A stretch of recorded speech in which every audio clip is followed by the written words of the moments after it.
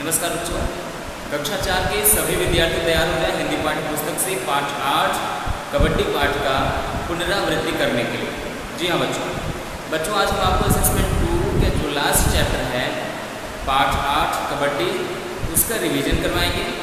उससे पहले आप जानेंगे पाठ के बारे में। जी हाँ बच्चों, पाठ के बारे में कबड्डी के विषय में आपको बताया गया है। ये पाठ आपको पढ़ाया जा चुका है, समझाया जा चुका है। इसका शब्द अर्थ, प्रश्नोत्तर या जो भी अभ्यास कार्य लिया है ये सारी चीज़ें आपको कराई जा चुकी हैं। पाठ में कबड्डी के विषय में बताया गया है। छोटा सा लड़का है अंकुर, उसके स्कूल में कबड्डी खेल के लिए कुछ बच्चों का चुनाव हुआ। वो क्या करता है, वहाँ से आता है अपने दादाजी के पास और दादाजी से बताता है कि दादाजी हमारे स्कूल में कबड्डी के लिए कुछ बच्चों का चुनाव हो रहा है। चुनाव अर्थात चुनना, कुछ बच्चे चुने जा रहे हैं, उनको खिलाया जाएगा बाद में। तो वो दादाजी से कबड्डी के विषय में तमाम जानकारियाँ लेता है, दादाजी से पूछता है। दादाजी उसके दादाजी बताते भी हैं उसको कबड्डी के विषय में, कबड्डी के सारे नियम उनको बताते हैं।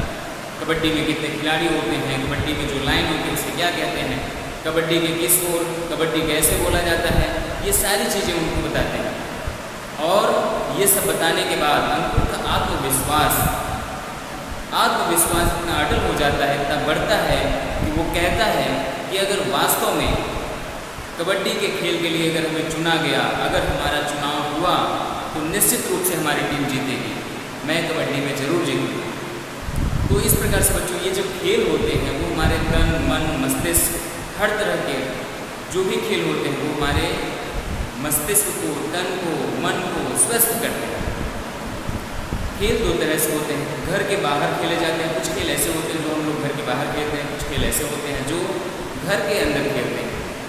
जो घर के बाहर खेले जाते हैं वो हमारे तन और मन को स्वस्थ करते हैं, और जो घर के अंदर खेल होते हैं वो हमारे मस्तिष्क को भी तेज करते हैं, जैसे कंप्यूटर, टीवी आदि विषयों में जानकारी प्राप्त करवाते हैं। तो आइए बच्चों इन सब बातों को रोकते हैं। बाकी आपको पाठ पढ़ाया जा चुका है, आप इस पाठ का पाठन करते रहेंगे। कहीं से भी प्रश्न बन सकता है, कोई भी वाक्य है, कोई भी सेंटेंस है, कोई भी पैराग्राफ है, अगर मान लीजिए सारांश है या जो भी पाठ का अंश है उससे कहीं भी वो विकल्पी प्रश्न आपके टेस्ट में आ सकते हैं। इसलिए आप पाठ का पाठन करना मत भूलिएगा। आप पाठ को बार बार पढ़ते रहिए। जो भी असेसमेंट 2 में है या जो भी आगे के चैप्टर पढ़ाए जाएंगे आपको, जब आप एक बार पढ़े रहेंगे, उसको पाठन किए रहेंगे, तो जब भी यहाँ आपको समझाया जाएगा तो बहुत अच्छे से आप समझ सकते हैं। ठीक है, आइए करते हैं शब्द अर्थ की पुनरावृत्ति। बच्चों ये आपको शब्द अर्थ लिखवाया गया है। पाठ 8 कबड्डी का शब्द अर्थ, ये 6 शब्द अर्थ हैं। इस पाठ में केवल 6 ही शब्द अर्थ हैं। इन्हीं शब्द अर्थ को आपको क्या करना है, याद करना है। मान लीजिए आपके टेस्ट में आ जाता है कहीं से भी कोई भी शब्द अर्थ आ गया कि निरंतर का सही अर्थ है, 4 ऑप्शन दिया गया, तो आप क्या करेंगे, जब आपको ये पता रहेगा कि निरंतर का सही अर्थ लगातार ही होता है तभी आप उसमें टिक कर सकेंगे, सही विकल्प का चुनाव कर सकेंगे और 1 अंक प्राप्त कर सकेंगे। ऐसे ही करके 25 अंक आप प्राप्त कर सकते हैं। इसलिए जो भी आपको बताया जा चुका है, शब्द अर्थ है, प्रश्नोत्तर है, बहुविकल्पी प्रश्न है, या जो भी पाठ आपको पढ़ाया जा चुका है, पढ़ने की बहुत अत्यधिक आवश्यकता है। जब तक आप पढ़ेंगे नहीं तब तक कुछ होगा नहीं। ऐसे तो होगा नहीं कि जिस दिन टेस्ट होगा आप उसी दिन उठाएंगे और पढ़ेंगे, आपको सब कुछ रट जाएगा, सब कुछ आ जाएगा। ऐसा कुछ नहीं है। आपको निरंतर लगातार थोड़ा थोड़ा पढ़ते रहेंगे, तब जाकर के आपको वो सही से आ सकता है। ठीक है, तो आइए बिना विलंब किए हुए अब आपका शब्द का पुनरावृत्ति करवाते हैं। तो आइए देखते हैं। पहला शब्द बच्चों चुनाव। ये सभी शब्द आपको लिखवाया गया है, आप फिर से ध्यान से यहाँ से देखिए और उसको कंठस्थ करने का प्रयास करें। आइए देखते हैं। पहला शब्द है चुनाव। चुनाव का अर्थ होता है चुनना। ध्यान से देखिए, चुनाव का अर्थ क्या होता है बच्चों, चुनना। अगला शब्द है राष्ट्रीय। राष्ट्रीय का अर्थ होता है राष्ट्र का। राष्ट्रीय का अर्थ क्या है बच्चों, राष्ट्र का। अगला शब्द है एएफजी। एएफजी का अर्थ होता है बदले में काम करने वाला। एएफजी खिलाड़ियों के विषय में आपको बताया गया था पाठ में कि जो एएफजी खिलाड़ी होते हैं वो क्यों रखे जाते हैं। कुछ खिलाड़ी ऐसे होते हैं जो चोटिल हो जाते हैं या किसी भी प्रकार की कोई दिक्कत अगर खिलाड़ी को होती है तो एएफजी जो खिलाड़ी रखे जाते हैं उनके स्थान पर वो खेल सकते हैं। ठीक है, तो बदले में काम करने वाला जो होता है वो एएफजी होता है। एएफजी खिलाड़ी इसीलिए रखे जाते हैं ताकि वो किसी भी खिलाड़ी के स्थान पे खेल सकें। अगला है शब्द खिलाड़ी। खिलाड़ी का अर्थ होता है खेलने वाला व्यक्ति। खिलाड़ी का क्या अर्थ है बच्चों? खेलने वाला व्यक्ति। अगला शब्द है प्रतिद्वंदी। प्रतिद्वंदी का अर्थ है विरोधी या जिससे मुकाबला। प्रतिद्वंदी का अर्थ है विरोधी, जो दूसरी पार्टी होती है उसको क्या कहते हैं? प्रतिद्वंदी कहते हैं। ठीक है, या जिससे मुकाबला होता है वो भी दूसरी पार्टी होती है उसे ही क्या कहते हैं? प्रतिद्वंदी कहते हैं। निरंतर का अर्थ है बच्चों लगातार। निरंतर का अर्थ होता है लगातार। तो ये सभी शब्द आपको क्लियर हो गया, कंठस्थ हो गया। अब किसी भी टाइम मान लीजिए आपसे पूछा जाए तो आप ये सभी शब्द बता सकते हैं। सभी शब्दों के अर्थ बड़े ही आराम से बता सकते हैं कि नहीं? जी हाँ, बताना ही पड़ेगा आपको, नहीं तो उसमें मार्क्स कम आएंगे जब आपके टेस्ट में। तो यहाँ हम खुद देखेंगे और समझेंगे कि आपको कुछ भी याद नहीं किया। ठीक है, आइए एक बार और करते हैं, उसके बाद सीधे चलते हैं प्रश्न उत्तर की ओर। यहाँ पे शब्द का अर्थ दिया गया, शब्द एक तरफ दिया गया है, अर्थ एक तरफ दिया गया है। बच्चों आपको वैसे ही लिखवाया गया है जैसे यहाँ पे है। ठीक है, ऐसा नहीं है कि बच्चे ऐसे होते हैं कि वही शब्द है अर्थ दूसरा आ गया है। ठीक है, वो शब्दों के सामने उन्हीं अर्थों को लिखेंगे जो उस शब्द का सही अर्थ है। ओके, आइए देखते हैं। चुनाव का अर्थ होता है चुना। राष्ट्रीय का अर्थ होता है राष्ट्र का। एवजी का अर्थ है बदले में काम करने वाला। खिलाड़ी का अर्थ है खेलने वाला व्यक्ति। प्रतिद्वंदी का अर्थ है विरोधी या जिससे मुकाबला हो। अगला शब्द है निरंतर। निरंतर का अर्थ होता है लगातार। आइए बच्चों देखते हैं प्रश्नोत्तर। प्रश्नोत्तर के भी आपको बहुत ही अच्छे ढंग से याद करना पड़ेगा। जैसे ही प्रश्नोत्तर लिखवाया गया है वैसे आप उसी ढंग से याद करने का प्रयास करेंगे। तो आइए देखते हैं, यहाँ पे प्रश्नोत्तर दिया गया है। आपकी कॉपी में यही प्रश्नोत्तर है। अगर आपके पास कॉपी है, बुक है, तो आप अपने समक्ष खोल कर रख लेंगे और ध्यान से प्रश्नों को देखिएगा, ध्यान से प्रश्नों को याद करने का प्रयास करिएगा। तो आइए प्रश्नोत्तर की पुनरावृत्ति करते हैं। यहाँ पे जो भी प्रश्नोत्तर दिए गए हैं 4 प्रश्न हैं, ग, ख, ग और घ। केवल 4 ही प्रश्न दिए गए हैं। चारों प्रश्नों को आपको बहुत ही अच्छे ढंग से याद करना पड़ेगा। प्रश्न से भी बहुविकल्पी प्रश्न बन सकता है। ठीक है, तो आइए देखते हैं पहला प्रश्न। पहला प्रश्न है बच्चों, कबड्डी किन किन देशों में खेली जाती है? प्रश्न है कबड्डी किन किन देशों में खेली जाती है? उत्तर में आप याद करेंगे, उत्तर में आपको लिखवाया गया है कबड्डी नेपाल, बांग्लादेश, श्रीलंका, पाकिस्तान आदि देशों में खेली जाती है। उत्तर में आपको लिखवाया गया कबड्डी नेपाल, बांग्लादेश, श्रीलंका, पाकिस्तान आदि देशों में खेली जाती है। तो यही आपको प्रश्नोत्तर याद करना है। अगला प्रश्न देखते हैं, कबड्डी की कौन कौन सी प्रतियोगिताएं आयोजित की जाती हैं? प्रश्न है कबड्डी की कौन कौन सी प्रतियोगिताएं आयोजित की जाती हैं? तो यहाँ पे उत्तर आप देखेंगे, उत्तर में आपको यही याद करना है कबड्डी की Asia cup, pro kabaddi league, kabaddi विश्व कप, विश्व कबड्डी लीग आदि प्रतियोगिताएं आयोजित की जाती हैं। उत्तर आप एक बार और देखेंगे, कबड्डी की Asia cup, pro kabaddi league, kabaddi विश्व कप, विश्व कबड्डी लीग आदि प्रतियोगिताएं आयोजित की जाती हैं। अगला प्रश्न बच्चों, भारत के कबड्डी खिलाड़ियों के नाम लिखो। प्रश्न है भारत के कबड्डी खिलाड़ियों के नाम लिखो। उत्तर में आप लिखेंगे राकेश कुमार, अजय ठाकुर, मंजीत चिल्लर, अनूप कुमार, राहुल चौधरी आदि कबड्डी के अच्छे खिलाड़ी हैं। उत्तर एक बार और देखिए, राकेश कुमार, अजय ठाकुर, मंजीत चिल्लर, अनूप कुमार, राहुल चौधरी आदि कबड्डी के अच्छे खिलाड़ी हैं। अगला प्रश्न बच्चों, एवजी खिलाड़ी क्यों रखे जाते हैं? जैसा कि आपको बताया भी गया है कि एवजी खिलाड़ी क्या होते हैं, क्यों रखे जाते हैं। यहाँ प्रश्न भी आ गया है, एवजी खिलाड़ी क्यों रखे जाते हैं? उत्तर में किसी खिलाड़ी के चोटिल होने पर उसकी जगह एवजी खिलाड़ी खेलता है, इसलिए एवजी खिलाड़ी रखे जाते हैं। एक बार और देखें ध्यान से, किसी खिलाड़ी के चोटिल होने पर उसकी जगह एवजी खिलाड़ी खेलता है, इसलिए एवजी खिलाड़ी रखे जाते हैं। तो बच्चों यही सभी प्रश्न हैं, आप प्रश्नों को देख लीजिए। अभी आपको शब्दार्थ बताया गया है, शब्दार्थ याद करने के बाद आप प्रश्नों को याद कर लेंगे, प्रश्न के उत्तर को भी आप ध्यान से पढ़ लेंगे और इसको याद कर लेंगे। इसके बाद हम आइए देखते हैं, बुक में आपको दिया गया है, आप देखेंगे पेज नंबर 61 पे दिया गया है, सही उत्तर पर सही का निशान लगाओ। शब्दार्थ के बाद प्रश्नोत्तर के बाद हम सीधे चलेंगे बहुविकल्पी प्रश्नों पे। Page number 61 chapter 8। तो आइए देखते हैं बच्चों, यहाँ पे जो भी प्रश्न दिए गए हैं उनके नीचे कुछ विकल्प दिए गए हैं। विकल्प से हमें चुनाव करना है, हमें सही विकल्प का चयन करना है, सही ऑप्शन को टिक करना है। जो उस प्रश्न का सही ऑप्शन होगा उसमें हमें क्या करना है, उसके सामने जो बॉक्स है उसमें हमें सही का निशान लगाना है। तो आइए देखते हैं बच्चों बहुविकल्पी प्रश्न। तो आइए देखते हैं बच्चों, यहाँ पे हम प्रश्नों को नहीं लिखते हैं।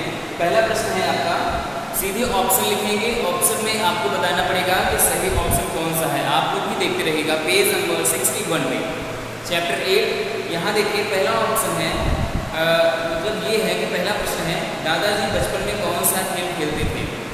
प्रश्न है बच्चों आपका, दादाजी बचपन में कौन सा खेल खेलते थे। यहाँ पे हम ऑप्शन लिख रहे हैं। पहला ऑप्शन है बच्चों, तो जो प्रश्न अभी आपसे पूछा गया इसका पहला ऑप्शन है क्रिकेट।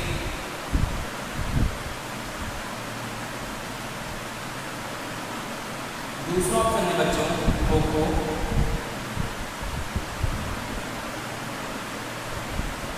तीसरा ऑप्शन है कबड्डी।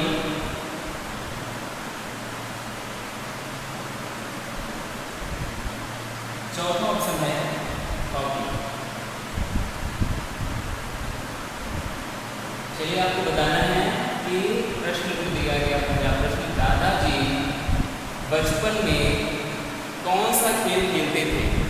यहाँ पे विकल्प दिए गए हैं। आपको बताना है कि दादाजी बचपन में, कहानी आपको पढ़ाई गई है, कौन सा खेल खेलते थे। क्रिकेट खेलते थे बचपन में, या खो खो, या कबड्डी, या हॉकी। कहानी के अनुसार बच्चों दादाजी बचपन में कबड्डी खेला करते थे। तो इसमें ही आप टिक करेंगे, आप अपने बुक में यही टिक करेंगे। अगर आपके टेस्ट में ये प्रश्न आता है तो आप कबड्डी में ही टिक करेंगे। तीसरा ऑप्शन सही है। तो तीसरा ऑप्शन सही है, आप बुक में कर लेंगे। पेज नंबर 61 पे दिया गया है। आइए देखते हैं दूसरा प्रश्न।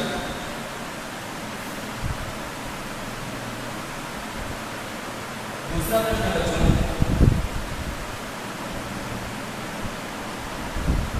तो भारत का राष्ट्रीय खेल कौन सा है। भारत का राष्ट्रीय खेल कौन सा है। आइए देखते हैं, ऑप्शन देखते हैं। आप लोग ध्यान से इसको देखते रहिएगा, जल्दी से बताने का प्रयास करिएगा। बताने का मतलब ये है कि जैसे ही आपके नंबर, आपके मार्क्स अच्छे आएंगे तो हमें पता चलेगा कि आप लोगों ने इसको सही से पढ़ा, सही से याद किया। ओके, आइए देखते हैं। ऑप्शन है पहला कबड्डी।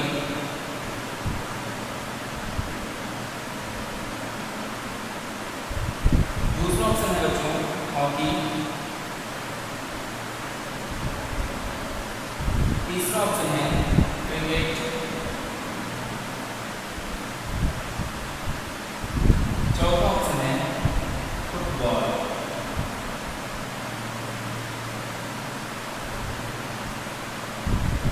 वही देखते हैं इसमें से विकल्प कौन सा है। यहाँ पे पूछा गया है भारत का राष्ट्रीय खेल कौन सा है। वैसे भी ये सारी चीजें सबको पता होती हैं।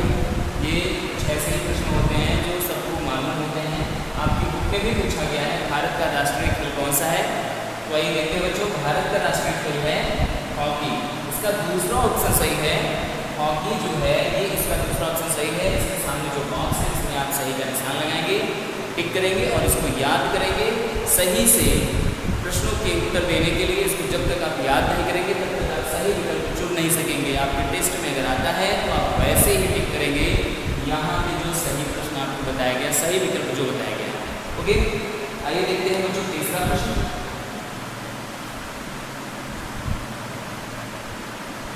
तीसरा प्रश्न है, तो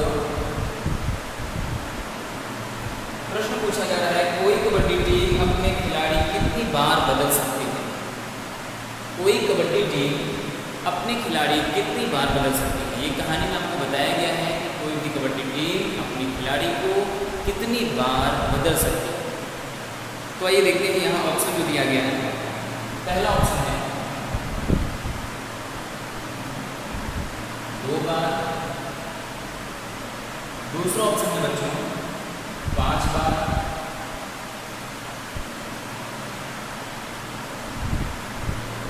तीसरा ऑप्शन है 4 बार। चौथा है 3 बार। आइए देखते हैं इसमें से कौन सा विकल्प सही है, कौन सा ऑप्शन सही है। उसमें हम टिक करेंगे और उसको याद भी करेंगे भी करेंगे। तो आइए देखते हैं 2 बार या 5 बार या 4 बार या 3 बार। प्रश्न को ध्यान से सुनिए। कोई कबड्डी टीम अपने खिलाड़ी कितनी बार बदल सकती है? कोई भी कबड्डी टीम अपने खिलाड़ी 5 बार बदल सकती है। तो आइए देखते हैं बच्चों, इसका दूसरा ऑप्शन सही है 5 बार।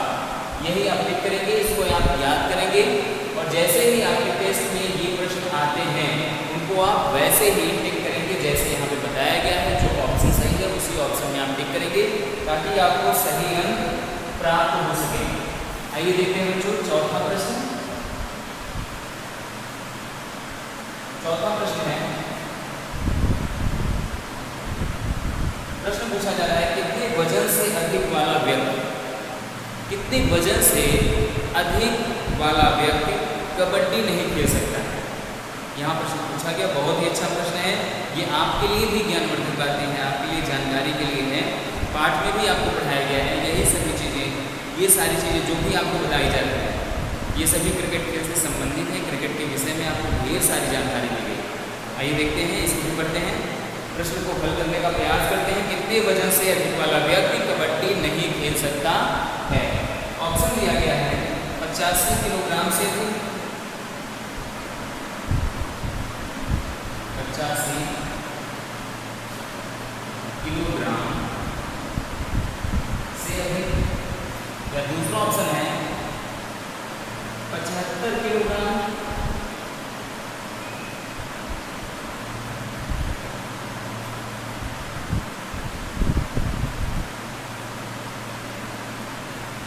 तीसरा है 65 किलोग्राम,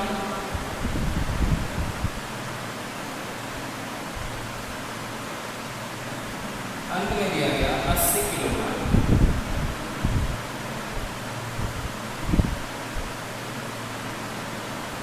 वही देखते हैं कितने वजन से अधिक वाला व्यक्ति कबड्डी नहीं खेल सकता है? 85 किलोग्राम से अधिक या 75 किलोग्राम से अधिक या 65 किलोग्राम से अधिक या 80 किलोग्राम से अधिक। तो इसमें बच्चों आपको कहानी में बताया गया, क्रिकेट खेल से संबंधित विषयों में बताया गया 85 किलोग्राम से अधिक वजन वाला व्यक्ति क्रिकेट नहीं खेल सकता है। तो इसमें बच्चों आपका पहला ऑप्शन सही है 85 किलोग्राम। 85 किलोग्राम ये आपका ऑप्शन सही है। इसको आप टिक करेंगे, इसको आप याद करने का प्रयास करेंगे, बहुत ही अच्छे ढंग से याद करेंगे और जैसे टेस्ट में आता है उसको भी आप करेंगे। तो बच्चों यहाँ पे आपका असेसमेंट 2 का लास्ट चैप्टर का भी रिवीजन समाप्त होता है। बाकी आप 2 ही चैप्टर आने हैं असेसमेंट 2 में इस टेस्ट में, जो अभी टेस्ट होने वाला है। इसके बाद जो टेस्ट होगा, अभी इस टेस्ट में 2 चैप्टर आएंगे, 7 चैप्टर और 1 चैप्टर। इनको आप बहुत ही अच्छे ढंग से पढ़ लेंगे, बहुत ही अच्छे ढंग से आप समझ लेंगे। कहीं भी अगर कोई दिक्कत है, आपको कोई शब्द, कोई वाक्य या कोई प्रश्न, कोई भी बहुविकल्पी प्रश्न, किसी भी चीज़ को लेकर के अगर आपके मन में ये है कि ये हमें नहीं समझ आ रहा है, तो आप क्लास ग्रुप में आराम से पूछ सकते हैं।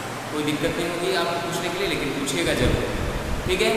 अब हम आपको करवाएंगे, अब आपको तैयार रहिएगा लिटरेचर के बाद हिंदी लैंग्वेज के लिए आप तैयार रहिएगा, क्योंकि अब हिंदी लैंग्वेज का टर्न आने वाला है। हिंदी लैंग्वेज के रिवीजन के लिए आप लोग तैयार रहिएगा। तो जो भी चैप्टर आने वाले हैं असेसमेंट 2 के सेकेंड टेस्ट में, उन चैप्टरों को आप एक बार पढ़ लीजिएगा ताकि यहाँ जैसे रिवीजन कराया जाए तो आप बहुत ही अच्छे ढंग से उसको समझ सकें, बहुत ही अच्छे ढंग से उसको पढ़ सकें।